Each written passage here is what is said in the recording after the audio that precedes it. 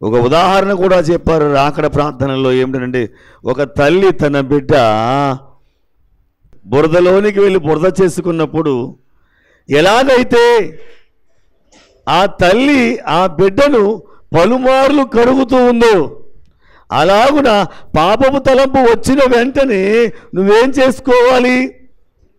యేసు రక్తము చేత పాపాన్ని శుద్ధి చేసుకోవాలని చెప్పారు. దేవునికి స్తోత్రం, హల్లెలూయా. అంటే నువ్వు పాడైపోతున్నప్పుడు పాడైపోకుండా చేసేది ఏమిటి అంటే యేసు రక్తమే. కనుక ఈ గోపరసానికి ఉన్నటువంటి రెండవ లక్షణం ఏమిటి అంటే పాడు చేయకుండా ఉంచేది. నువ్వు పాడైపోకుండా చేసేది క్రీస్తు రక్తమే. నువ్వు పాడైపోకుండా చేసేది క్రీస్తు యొక్క కల్వరి రక్తధారయే. నువ్వు యొక్క జీవితంలో పాపము మరలా ప్రవేశించకుండా అడ్డుకట్ట వేసేది క్రీస్తు రక్తమే. ఆ రక్తాభిషేకమే నేను నిత్యము కూడా పాడు కానివ్వకుండా చేస్తుంది. ఎందుకనంటే ఆయన రక్తం నీలో నిత్యము ఏమవుతుందంటే ధారగా ప్రవహిస్తుంది. దేవుని స్తోత్రం, హల్లెలూయా. అదే ఏమన్నారంటే దైవజనులు, జీవం అన్నారు. నా రూపాలవన్యములు నీ రూపాలవన్యములగును, నా రూపాలవన్య నీ రూపాలవన్యములగును, నా రక్తము ప్రతి నిమిషము నీలో, నా రక్తము ప్రతి ధారగా ప్రవహించును, అది జీవము ధారగా ప్రవహించును, అది జీవము. ధారగా ప్రవహిస్తుంది, అది జీవం. ఎప్పుడైనా గమనించారో లేదో, ఒక వ్యక్తిని మనం చూసినప్పుడు, అమ్మా రక్తం తక్కువైనడు చూపించుకో అంటారు. మీరు ఎలా తెలిసిపోయింది నీకు? బ్లడ్ టెస్టులు చేస్తేనే కానీ తెలియనటువంటి విషయం నీకు ఎలా తెలిసిపోయింది? నీ ముఖం, నీ రూపం చూస్తే అర్థమైపోతుంది. ముఖం పాలిపోయినట్లుగా కనిపిస్తుంది. అంటే నీ సౌందర్యము బాగుగా ఉందో లేదో నీ చర్మాన్ని చూచినప్పుడు ఆ చర్మమే చెప్పేస్తుంది నీ రూపం ఎలా ఉందన్న సంగతి. అందులో ఆ రూపం బాగుండాలంటే రక్తం ఉండాలని అర్థమైంది. అంతేనా? రక్తం తక్కువైపోతే ఎలా ఉంటారు మీరు? పాలిపోయినట్లుగా ఉంటుంది ముఖం. ముఖంలో ఏముండదు? కాంతి ఉండదు, నడకలో స్పీడ్ ఉండదు, కళ్ళు తిరిగిపోతూ ఉంటాయి. ఏమవుతుందో అర్థం కాదు. తీరా బ్లడ్ టెస్ట్ చేస్తే అంటారు డాక్టర్ గారు, అమ్మా నీ దగ్గర రక్తం లేదమ్మా, ఏం చేయాలి ఇప్పుడు నువ్వు? అందుకు తగ్గట్టు తినాలి అని అంటారు. దేవునికి స్తోత్రం, హల్లెలూయా. అనగా క్రీస్తు రూపములోనికి నువ్వు మారాలని ఆయన కోరుకున్నాడు కనుక ఆయన రక్తమే నీలో ఉంటే నీవెప్పుడు కూడా పాడైపోవు. నీ సౌందర్యం ఎప్పుడు కూడా పాడైపోదు. ఈ గోపరసం చేసే పని ఏమిటయ్యానంటే తాజాగా ఉంచేది, ఆ వస్తువు పాడైపోకుండా చేసేది.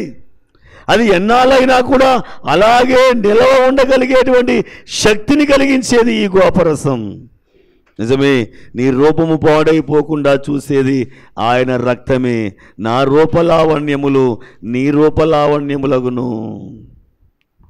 నా రక్తం ప్రతి నిమిషము నీలో ధారగా వెళుతుంది కాబట్టి ఈ రూపము సౌందర్య రూపంగా కనిపిస్తూ ఉంది, పాడైపోవడం లేదు. నువ్వు నీ రూపము రోజు రోజుకు ఇంకా నిగారించేదిగా ఉందనంటే ప్రతి నిమిషము ఆయన రక్తం నీలో ధారగా ప్రవహిస్తుందంటే అది పోదు. ఇక ఈ గోపరసం ఎప్పుడైతే ఈ పదార్థములో ఉంచబడుతుందో ఆ పదార్థం ఎలాగైతే పాడైపోకుండా ఉంటుందో అలాగే నీ జీవితంలో ఆయన రక్తము ఎప్పుడూ కూడా నేను ఏం చేస్తున్నాయనంటే తాజాగా ఉంచుతుంది. చెప్పలు కూడా దేవుని మహిమపడదాం. హల్లెలూయా.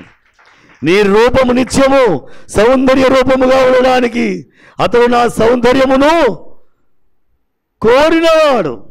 45వ కీర్తనలో మనం చూస్తున్నాం, అతడు నీ సౌందర్యమును అనగా రాజు నీ సౌందర్యాన్ని ఏం చేస్తున్నాడు?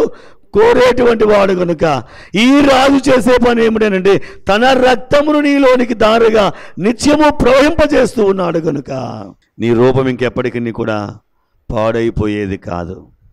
ఈ గోపరసము పదార్థాన్ని పాడు చేయనట్లుగా దేవుడు నీ యొక్క వధువు సంఘ రూపాన్ని ఆయన ఇంకా ఇంకా నిగారింప చేయడానికే ఈ తైలాభిషేక పండుగలో ఉన్నటువంటి మొదటి పదార్థమైనటువంటి గోపరసాన్ని ఆయన అందులో మిళితము చేయమని చెప్పారనే సత్యాన్ని గమనిస్తూ ఉన్నాం. మూడవదిగా మనము చూస్తే ఇది రుచిని మరింత పెంచేదిగా ఉంది. పదార్థంలో కొంచెం దీన్ని వేస్తే దాని రుచి మారిపోద్దట, ఇంకా దాని టేస్ట్ ఇంకా అమోఘంగా మారిపోద్దట. అంతవరకు సామాన్యంగా ఉండేటువంటి రుచి ఎప్పుడైతే పదార్థం కలిసిందో కలిసేసరికి దానికి రుచి ఎక్కువైపోద్ది. మహిమ కలుగునుగాక. యేసుప్రభు వారు ఉప్పు గురించి ఒక మాట మాట్లాడాడు. ఆయన ఉప్పు ఏమై ఉంటుంది చెప్పండి? ఉప్పు గురించి మాట్లాడారా యేసుప్రభు వారు? మీరు లోకమునకు ఉప్పు అయి ఉన్నారు. మత్తయి సువార్త 5:13 మనం చూస్తే లోకానికి మనం ఏమైనా అని చెప్పండి? మీరు లోకమునకు ఉప్పు అయి ఉన్నారు. అంటే ఉప్పులో ఏముంది? ఇప్పుడు సారం ఉంది. కాబట్టి ఈ గోపరసంలో కూడా ఏముంది? సారం ఉంది. నీ జాడలు సారము వెదజల్లేటువంటివిగా ఉన్నాయి. సారాన్ని ఇచ్చేటువంటి వాడు ఆయనే. ఆయన మాట ఏమిటంటే ద్రాక్షావళిని నేను, తీగలు మీరు అన్నాడు ఆయన. అనగా కాండంలో నుండి తీగలకు వచ్చేటువంటి ఆరోగ్యకరమైనటువంటి రసం ఏదైతే ఉందో అదే తీగలను నిగారింపుగా ఉంచేటువంటివిగా, ఫలింపులోనికి తెచ్చేటువంటివిగా ఉన్నాయనే సత్యాన్ని గమనించాల్సిన వారమై ఉన్నాము. దీని రుచి ఏమవుతుందనంటే ఇంకా ఎక్కువ. ఒక చెట్టు యొక్క పండు బాగుంది అని అంటే కనుక కొమ్మలో ఉందా ప్రత్యేకత అంటే కాదు, కానీ దాన్ని వేళ్ళ నుండి కూడా దాని ప్రత్యేకత ఉంది. అది భూమిలోనికి చొచ్చుకొని వెళ్ళి మధురమైనటువంటి ఈ భూమి యొక్క సారాన్ని అది తీసుకోవడంలో ఎంతో నైపుణ్యాన్ని కలిగి తీసుకొని తన యొక్క చెట్టును కాసేటువంటి పండుకు ఎంత చక్కని రుచినిస్తుందో, ఆ రుచి రావాలి అంటే ఈ కాండము కింద ఉన్నటువంటి వేళ్ళు కూడా ఎంతో ప్రాముఖ్యమైనవిగా ఉన్నాయి. కనుక ఈ తీగలుగా ఉన్న నీకు నాకు సారం వస్తుంది అని అంటే కాండమైనటువంటి వేరైనటువంటి క్రీస్తుని నేనే అని చెప్పిన ఆయన యొక్క ఫలములు నీకు చేరితేనే నీలో ఏం పెరుగుతుంది అని అంటే రుచి పెరుగుతుంది. దేవుని స్తోత్రం. హల్లెలూయా. అన్నీ వండేసావు, అన్నీ వేయవలసినవన్నీ వేసేసావు. కారం బాగుంటుందని గుంటూరు నుంచి రప్పించి వేసేసావు. మసాలాలు కాశ్మీర్లో బాగుంటాయని కాశ్మీర్ నుంచి తెప్పించి వేసేసావు.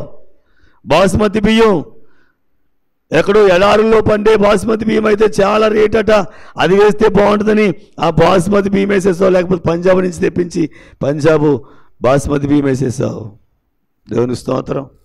హల్లెలూయా. అన్నీ వేసాక ఇంకేమేయాలమ్మా పద్మక్క? ఎందుకు పని చేయదనుకుని. దేవుని స్తోత్రం. హల్లెలూయా. దేవునికి మహిమ కలుగునుగాక. జై బోలో క్రీస్తు మహారాజ్కి, దేవాది దేవునికి. చెప్పండి ఏం కావాలి ఇప్పుడు? మీకు సంగతి చెప్పమంటారా? కిరాణా కొట్లలో ఉప్పు లోపల పెట్టి దాయిరాల్లో తలుపు బయటే ఉంచేస్తారు. దానికి ఒక ట్యాగ్ వేశారు. ఉప్పు పట్టుకెళ్ళిపోతే కనుక వాడు పనికి రాకుండా పోతాడట. అందుకని ఉప్పు పట్టుకెళ్ళకూడదని ఒక రూల్ ఎట్టేసేసరికి కాబట్టి ఎవడు పట్టుకెళ్ళాలి, కొనుక్కోకుండా ఉప్పు వాడు. కానీ అది లేకపోతే ఏం లేదు, సారం లేదు. అది లేకపోతే ఎన్ని వేసినా ఉపయోగం ఉందా? లేదు. ఈ గోపరసం అనేటువంటిది కొంచెం కలిస్తే చాలు ఆ పదార్థానికి ఏమొస్తుందట? మహారుచి వచ్చేస్తుంది. మనం యాడ్లో చూస్తూ ఉంటాం, ఎంటీఆర్ మసాలా వేస్తేనే అబ్బా అంటూ ఉంటుంది. ఏంటి ఏం వేసినా పని చేయదట. ఆ మసాలా వేస్తే ఆ గుమాలింపు వేరు అంటారు. సాంబార్లో ఎంటీఆర్ సాంబార్ పొడి వేస్తేనే అది సాంబార్లా ఉంటుంది మనకి. లేకపోతే ఈ సాంబార్ ఏంటి అని అంటే అలా అలవాటైపోయాం మనం.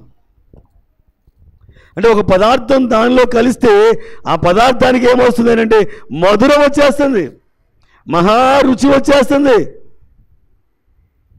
కొలసీ పత్రిక 4వ అధ్యాయం 6వ వచనం. ప్రతి మనుష్యునికి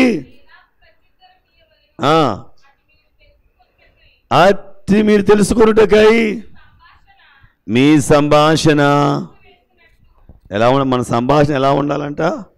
ఉప్పు వేసిన. అంటే నువ్వు ఎంత మాట్లాడేసినా కానీ దానిలో మధ్య మధ్యలో ఫ్లేవర్స్ పడతా ఉండాలి, మధ్య మధ్యలో సారం పడతా ఉండాలి, లేకపోతే నీ మాటకు విలువ ఉండదట. ఉప్పు వేసినట్లుగా ఉండిపోవాలి నీ మాట. ఈ గోపరసం వేస్తే దానికి ఎలాగైతే పదార్థానికి రుచి వస్తుందో నువ్వు మాట్లాడినా సరే నీ మాట అలాగే ఉండాలి. దేవునికి స్తోత్రం. యేసుప్రభువు వారు అంటున్నారు, మీరిప్పుడు నా మాటను బట్టి పవిత్రులై ఉన్నారు. అంటే ఆయన మాట మనల్ని ఏం చేసేస్తుంది? పవిత్రులను చేస్తుంది. నువ్వు మాట్లాడితే ఎలా ఉండాలి? ఉప్పు వేసినట్లుగా నువ్వు ఉండాలి. ఫ్లేవర్ రావాలి అంటే ఎలా ఉండాలి చెప్పండి? దానిలో ఉప్పు అంటే కొంచెం ఉప్పు కలిపేయడం కాదంటే సారవంతంగా మాట్లాడడం నేర్చుకోవాలి. దేవునికి స్తోత్రం. హల్లెలూయా. కనుక ఈ గోపరసము వేస్తే దానికి సారం పెరిగిపోతుంది. నిజమే, క్రీస్తు ప్రభువు వారు కూడా ఏమై ఉన్నారు అంటే ఉప్పై ఉన్నాడు ఆయన. అంతేనా? ఉప్పై ఉన్నాడు. నువ్వు ఎన్ని రకాల అంగులు చేసినా ఈ శరీరానికి క్రీస్తును దీనికి కలపకపోతే ఇది వృధా. నువ్వెన్ని మంచి కార్యములు చేసినా క్రీస్తు ప్రభువు వారిని దానిలో కలపకపోతే అది వృధా, నిస్సారం. అది నేను ధర్మకార్యాలు చేసేస్తున్నానండి, నా చేతికి ఏమి లేదు, ఎముక లేదండి, ఎలా అంటే అలా నేను చేసేస్తున్నానండి, నా అంత నీతిపరుడు లేడు, నా అంత న్యాయవంతుడు లేడు, నా అంత పవిత్రులు లేడు అని నువ్వెంత చెప్పుకున్నా కానీ వాటన్నింటికీ కూడా ఎవరిని కలిపితే విలువ అనంటే క్రీస్తును కలిపితేనే, అనగా రక్షణ కలపబడితేనే నీకు విలువ తప్ప లేకపోతే చెప్పండి విలువ లేదు. క్రీస్తు అనేటువంటి ఆ రక్షణ మన జీవితంలో ఉంటేనే మనకేమిటి విలువ. ఉప్పు లేకపోతే కూరకు కానీ పదార్థానికి కానీ ఎలా సారం లేదు, క్రీస్తు లేకపోతే నీకు సారం లేదు. అందుకని ప్రతి దానిలోని ఎవరిని కలపాలి చెప్పండి?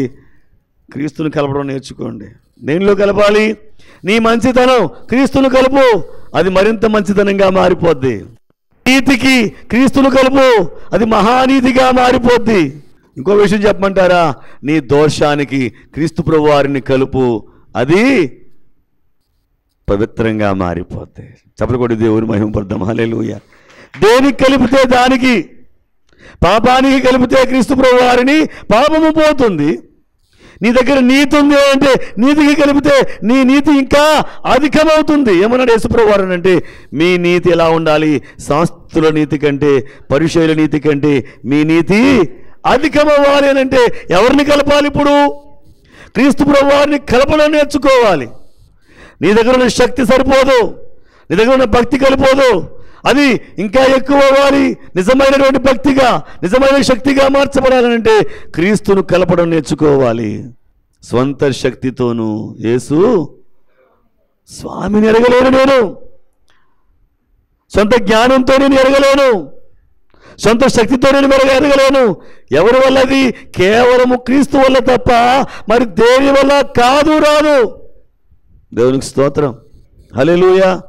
మరి దేని వల్ల రాదు అనుకుని ఏం చేయాలంటే కలిపితేనే. ఏం చేయాలి? ప్లస్ చేయాలి దీన్ని. నేను ఎప్పుడు అంటాను యాడ్ జీసస్. ఏంటి యాడ్ జీసస్ అంటే? యాడ్ అంటే కలపండి, యేసు ప్రభు వారిని కలపండి దేనికైనా సరే. నువ్వు బలహీనంగా ఉన్నావా? క్రీస్తు ప్రభు వారిని కలుపు, నువ్వేమైపోతావు? బలవంతుడు అయిపోతావు. నువ్వు అసహనంతో ఉన్నావా? క్రీస్తు ప్రభు వారిని కలుపు, ఆయన సహనం ఎంతో నీకు అర్థమైపోద్ది, మహాసహనశీలిగా మారిపోతావు. దేనికైనా సరే నీకు ఒకవేళ చూపు తక్కువగా ఉందా, ఆ చూపుకి ఎవరిని కలపాలి? యేసుని కలుపు, నీ చూపు ఇంకా మెరుగుపడిపోతుంది. అంటే అన్నింటికీ ఆయనే, అన్నింటికీ ఆయేసే తెలుసునా? అన్నింటికీ ఆయేసే తెలుసునా? దేనికి యేసు?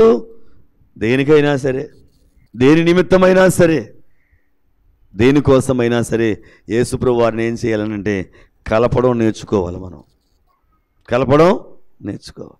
అన్నీ పూర్తయిపోయిన తర్వాత ప్రార్థనలో కూడా చివరిగా ఏమని చేస్తావనంటే యేసు నామములో వేడుకొనుచున్నాను పరమ తండ్రి అని అంటావు. అంటే ఎన్ని చేసినా సరే చివరిగా ఈ మాట గడపకపోతే ఆ ప్రార్థనకి ఏమీ లేదనంటే విలువ లేదు. క్రీస్తు ద్వారా తప్ప తండ్రి దగ్గరకు ఈ ప్రార్థన చేరదు. ఆయనే ద్వారమై ఉన్నాడు కనుక ఆయన ద్వారానే చేరుతుంది తప్ప మరి ఎవరి ద్వారాను కూడా మనకి పరలోకము కానీ తండ్రి కానీ కనిపించను, దొరకడు. నేనే మార్గము, నేనే సత్యము, నేనే జీవము అన్నాడు కనుక నేనే ద్వారమన్నాడు ఆయన. ఆ క్రీస్తు ప్రభు వారి యొక్క శ్రేష్టమైనటువంటి నామాన్ని మనం ప్రతిదానికి ఏం చేయాలనంటే కలుపుకుంటూ వెళ్ళాలి. అప్పుడు నీ జీవితం మధురంగా మారిపోతుంది. గోపరసము అనేటువంటిది దేనిలో కలిపితే దానికి పదార్థానికి ఎలాగైతే విలువ వస్తుందో క్రీస్తు ప్రభు వారిని దేనికి కలిపితే దానికి రూపాంతరం వస్తూ ఉంది. అధిక మహిమ, అధిక సంతోషం, అధిక ఆశీర్వాదం వస్తుంది. అప్పుడు కూడా దేవుణ్ణి మహిమపడదాం. హల్లెలూయా. ఇక 4వ లక్షణం ఏమిటంటే ఈ గోపరసాన్ని వాడితే జ్వరము పోతుందట. ఏంటి? ఏ జ్వరము అనంటే ఎట్టి జ్వరమైనా పోతుందట. ఏ వైరల్ ఫీవర్ అయినా సరే, ఎలాంటి జ్వరమైనా సరే ఆ జ్వరము వెంటనే ఏమైపోతుంది అనంటే తగ్గిపోతుంది. దేవుని స్తోత్రం. హల్లెలూయా. అంటే శరీరంలో ఏమి ఎక్కువైపోతే వేడి ఎక్కువైపోతే ఆ వేడంతా మీరు చేస్తారు. మీరు చెప్పండి, వేడి ఎక్కువైపోతే ఏం చేస్తారు? కొబ్బరి బొండం తాగుదామా, సబ్జీ నీళ్ళు కలుపుతావా, నిమ్మకాయ వేస్తావా, దాంట్లో కొంచెం పంచదార వేసి కలిపిచ్చేస్తే బాడీలో ఉన్నటువంటి వేడంతా ఏమైపోతుంది? తగ్గిపోతుంది. ఈ గోపరసం లక్షణం ఏమిటంటే నీలో ఉన్న వేడిని తీసివేస్తుంది. నీలో ఉన్న అంటే ఉండవలసిన దానికన్నా ఎక్కువ వేడి వస్తే మనిషి ప్రాణానికే ప్రమాదం. ఆ వేడి ఏదైతే ఉందో అది లేకుండా చేసేది ఆ ప్రత్యేకమైన లక్షణము దీనికి ఉంది. యేసుప్రభువు వారి భూలోకంలో ఉండగా పేతురు అత్తగారు జ్వరంతో బాధపడుతుంటే ఆమె దగ్గరికి వెళ్ళి ఆయన ఏమన్నాడనంటే జ్వరమును గద్దించాడు. అంటే వేడిని గద్దించాడు. ఆ శక్తి ఎవరి దగ్గర ఉందనంటే క్రీస్తు ప్రభు వారి దగ్గర ఉంది.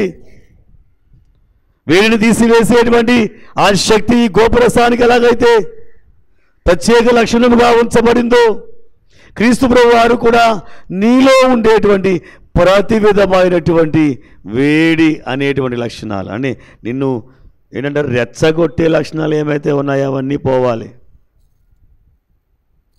అంతేనా? తలపోడు వచ్చేస్తుందండి బాబు, తట్టుకోలేకపోతున్నాను అని అంటే వెంటనే నవరత్న తైలం తీసుకొచ్చి తల మీద మధ్యలో పోసి ఇలా అంటే మన ఈ తలలో నుంచి వేడిలా వెళ్ళిపోతున్నట్టు అనిపిస్తుందా?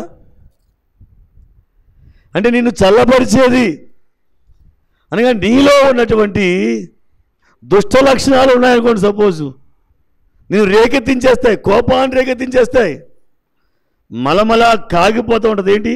నీ శరీరం, నీ గుండె. నీలో ఈ లక్షణాలన్నీ ఏం చేస్తాయి అని నిన్ను వేడి పుట్టించేవిగా ఉంటాయి. ఇప్పుడు ఈ లక్షణాలన్నింటికీ ఒకే ఒక విరుగుడు ఏముంటాయి అనంటే క్రీస్తు అనేటువంటి ఆయన యొక్క శాంత లక్షణం. దేవుని స్తోత్రం. హల్లెలూయా. శాంత లక్షణానికి వ్యతిరేకం ఏంటి? రేగిపోయే లక్షణం. అంతేనా? రేగిపోవడం అంటే చీటికి మాటికి కోపపడిపోయేటువంటి తత్వం, లేక ఎదుటివారి మీదకి రై అని లేచేటువంటి తత్వాలు ఏమైతే ఉన్నాయో ఇక వెనక ముందు ఉండదు కదా, మాట పడేసుకుంటామే. ఆ లక్షణాలు ఏమైతే ఉన్నాయో అవన్నీ ఇప్పుడు ఏమైపోవాలి? చల్లబడిపోవాలి. అవునా కదా? చల్లబడిపోవాలి. ఉండకూడదు లక్షణాలు ఏమి కూడా. ఎప్పుడు ఇక రేకెత్తించేసినప్పుడు ఇంకా బాగా ఇంకా వేడి ఎక్కువైపోతే, బాగా జ్వరం ఎక్కువైపోతే, నోటేమి దాటేస్తే పైపు కింద కూర్చోబెట్టి తలగా కొట్టేస్తారు. తెలుసా మీకు? హాస్పిటల్స్లో మీకు ఎప్పుడు తెలియదేమో ఈ సంగతి. ఎక్కువ జ్వరము మనిషిని పెట్టించేసినప్పుడు ఆ వేడి వల్ల మెదడులోని నరాలు చిట్లిపోతాయి సహజంగా, అప్పుడే ప్రాణాపాయం అయిపోద్ది. అందుకని ఆ వేడి ఉన్నప్పుడు ఇంకా మందులు వేసిన కంట్రోల్ అవ్వట్లేదు అన్నప్పుడు ఒక బిందుతో ఒకేసారి నీళ్లు తల మీద, లేకపోతే ఒక ట్యాప్ పెట్టి అలాగా ఉంచేస్తారు. ఎందుకంటే ముందు బాడీ ఏమైపోవాలి, తర్వాత సంగతి. నిజంగా జ్వరం ఉంటే ఎవరైనా స్నానం చేస్తామో చేయం కదా సహజంగా. కానీ ఇటువంటి పరిస్థితుల్లో ఏం చేస్తారంటే నీళ్లు దిమ్మర పోసేస్తారు. అప్పుడు ఒక్కసారిగా బాడీలో నుంచి బయటికి వేడంతా వెళ్ళిపోద్ది. అనగా ఆ వ్యక్తి జీవితంలో ప్రాణాపాయము కలగకుండా చేసేది ఏమిటయ్యానంటే ఈ వేసేటువంటి నీళ్ళు ఏమైతే ఉన్నాయో, కుమ్మరించే నీళ్ళు ఏమైతే ఉన్నాయో అతనికి ప్రాణాపాయం లేకుండా చేస్తాయి. ఈ కోపరసంలో లక్షణం ఏమిటయ్యానంటే వేడిని తీసివేసే లక్షణం దీనిలో ఉంది. అనగా నీకు ఆరోగ్యం ఇచ్చే లక్షణము దీనిలో ఉంది. లేక నీ లక్షణాలు ఏమైతే నీవు రెచ్చగొట్టేవిగా ఉన్నాయో ఆ రెచ్చగొట్టే లక్షణాలని తీసివేసేటువంటి శాంత గుణము క్రీస్తు ప్రభువు వారిలో ఉంది కనుక నా శాంతిని నేను మీకు ఇస్తున్నానని చెప్పాడు ఆయన. కనుక ఆ శాంతి మనకు వస్తే మనలో ఉన్నటువంటి అశాంతి, ఆవేదన తొలగిపోయినట్లుగా చేస్తుంది. ఇది అచ్చమైన గోపరసంలో ఉన్నటువంటి మరి ఒక లక్షణం. ఎన్నవది? ఇది 4వది. 5వ లక్షణం ఏమిటయ్యానంటే ఇది రోగ నిరోధిని. ఏమిటి ఈ గోపరసం? ఏంటి చెప్పండి? రోగ నిరోధిని. రోగాన్ని ఏం చేస్తుంది? ఇది నిరోధిస్తుంది, రాకుండా. మన శరీరంలో రోగ నిరోధక శక్తి ఉంటుంది. నీ శరీరంలోకి ఏదైనా వ్యాధి అనేటువంటి క్రిమి ప్రవేశిస్తే నీ శరీరంలో ఉన్నటువంటి ఈ వ్యాధి నిరోధక సంబంధమైనటువంటి ఆ శక్తి దాని మీద పోరాడి అది సాధ్యమైనంత వరకు తన చెప్పు చేతిలో తెచ్చుకుని ఆ రోగం నీకు లేకుండా చేసేస్తుంది. దేవునికి స్తోత్రం. ఉదాహరణ మీకు చెప్పాలంటే చిన్న చేతికి ఇలా గాయమైంది అనుకోండి, ఇలాగ చిన్న తెగింది అనుకుందాం. తెగిన తర్వాత కొంచెం రక్తం వచ్చినప్పుడు కాసేపు ఇలాగ ఆఫ్ చేసేస్తావు, ఆగిపోద్ది. దానికి మందు కూడా వేయ. ఒక్కొక్కసారి మందు వేయకపోయినా ఆటోమేటిక్గా రోజు ఏమవుతుంది చెప్పండి? అది మానిపోద్ది, నల్లగా వస్తుంది. దాన్ని తీసేస్తే లోపల ఎర్రగా కనిపిస్తుంది. ఆ గాయం అంతా ఏమైపోయినట్లు లెక్క. మరి మందు లేకుండా తగ్గిపోయిందనంటే మనలోనే దేవుడు ఏం పెట్టాడనంటే రోగ నిరోధక శక్తి ఉంచాడు. రంపు వచ్చినప్పుడు ఒక మాట అంటారు, జలుబు చేసినప్పుడట మందులు వేసుకుంటే 7 రోజుల్లో తగ్గిపోదట. జలుబు బిళ్ళలు వేసుకుంటే ఎన్ని రోజులు తగ్గుద్ది? 7 రోజుల్లో. బిళ్ళలు వాడకపోతే వారం రోజుల్లో తగ్గిపోద్దట. బిళ్ళలు వేసుకుంటే 7 రోజుల్లో తగ్గిపోద్ది, బిళ్ళలు వేసుకోకపోతే అంటే దాని అర్థం ఏంటి? వేసుకున్నా వేసుకోకపోయినా ఒకటే అని. ఎందుకు? మన శరీరంలో ఆ రోగ నిరోధక శక్తి ఉంది కనుక. దేవునికి స్తోత్రం, హల్లెలూయా. ఇప్పుడు ఈ గోపరసానికి ఉన్న లక్షణం ఏమిటయ్యానంటే రోగ నిరోధక శక్తి ఉంది. ఏముంది? నిరోధక శక్తి ఉంది.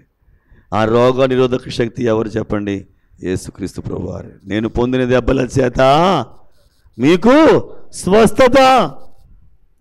ఆయన గాయపరచబడ్డాడు, ఆయన రక్తము కార్చాడు, రక్తము చిందించాడు. ఈ రక్తము వలన నీ యొక్క ప్రతి విధమైన రోగానికి విడుదల. నిన్ను స్వస్థపరిచి యెహోవాను నేనే అని చెప్పినటువంటి మాట ఈ గోపరసమునిగా క్రీస్తు ప్రభువారే. ఈ గోపరసంలో నుండి ఈ యొక్క ప్రత్యేకమైన 5వ లక్షణానికి కూడా ఎవరు అనంటే క్రీస్తు ప్రభువారే అయి ఉన్నారనే విషయాన్ని మనము జ్ఞాపకం చేసుకోవాలి. 6వదిగా మనము చూస్తే ఇది మనకున్న గాయాలు, పుళ్ళు పడతాయి. పుళ్ళు, ఆ పుండ్లను మాన్పడానికి కొద్దిగా పూస్తే చాలట ఆ గాయము వెంటనే మాను పట్టడం ప్రారంభిస్తుంది. దేవునికి స్తోత్రం, హల్లెలూయా. ఎవరు? గాయము చేయువాడును నేనే, గాయము కట్టువాడును నేనే, గాయం కట్టేది ఆయనే అని ఈ గోపరసం ఏం చేస్తానంటే గాయమును కట్టేది. ఒకరోజు ఒక ఉపమానం చెప్పాడు యేసు ప్రభువారు. దొంగల చేత కొట్టబడి పక్కన పడవేయబడ్డాడు. ఆ దారి గుండా వాళ్ళ పాస్టర్ గారు వెళ్ళారు, వాళ్ళ జాతివాడు వెళ్ళాడు, ఎవరు అతన్ని పట్టించుకోలేదు. కానీ ఒక సమరయుడు ఆ దారి గుండా వెళ్ళాడు. అతను చేసిన పని ఏమిటంటే గాయములను కట్టి, నూనెతో ఆ గాయాన్ని ఏం చేశాడు? కట్టాడు. పూటకోళ్ళ వానింటి దగ్గరకు చేర్చాడు. అతనికి కావలసినవన్నీ ఏర్పాట్లు చూచాడు. గాయం కట్టేవాడు ఎవరయ్యానంటే ఆయనే. పుండ్లను కట్టేది, పుండ్లను మాన్పేది ఈ అచ్చ గోపరసానికి ఉన్న లక్షణము కనుక ఆ లక్షణము ఎవరిలో కనిపిస్తుందంటే క్రీస్తు ప్రభువారిలో స్పష్టంగా కనిపించే లక్షణము. ఆ సమరయుడు మరెవరో కాదు, యేసుక్రీస్తు ప్రభువారు అనే సత్యాన్ని మనం చూస్తున్నాం కనుక నీ గాయమును కట్టేది ఆయనే. శాలకు చేరిన వారులారా, ప్రతి సోమవారము దేవుడే మిమ్మల్ని నడిపించుకుంటూ ఉన్నాడు, మీ అంశాలను నెరవేర్పడిస్తున్నాడు. అనేకమైన రోగాలకు ఆయన విడుదల ఇస్తూ ఉన్నాడు. గాయాలు కట్టేటువంటి వాడుగా ఉన్నాడు. ఆత్మీయమైనటువంటి ఆలోచనలోనికి వెళితే మీ హృదయంలో ఉన్నటువంటి గాయాలను కూడా ఆయన కట్టగలిగేటువంటి వాడు. అందుకని ఆయన గోపరసమై ఉన్నాడు. ఇప్పుడు ఈ క్రీస్తు ప్రభువారు అనేటువంటి ఈ అచ్చమైన గోపరసము ఎంత కావాలి? ఎంత కావాలని రాస్తుంది అక్కడ? 500 తులములు. తులం అంటే ఎన్ని గ్రాములు? అసలు లెక్క 12. ఇప్పుడు దాన్ని 10 కింద మార్చారు. కానీ అసలు లెక్క 12 గ్రాములు తులం అంటే. 10 గ్రాములు లెక్కన చూస్తే, 12 గ్రాముల లెక్కన చూస్తే మనకి ఏది సరిపోతుందో చూస్తే కనుక 500 తులాలు ఇంటూ 12 గ్రాములు లెక్కేస్తే ఎన్ని కేజీలు వస్తుంది? ఇప్పుడు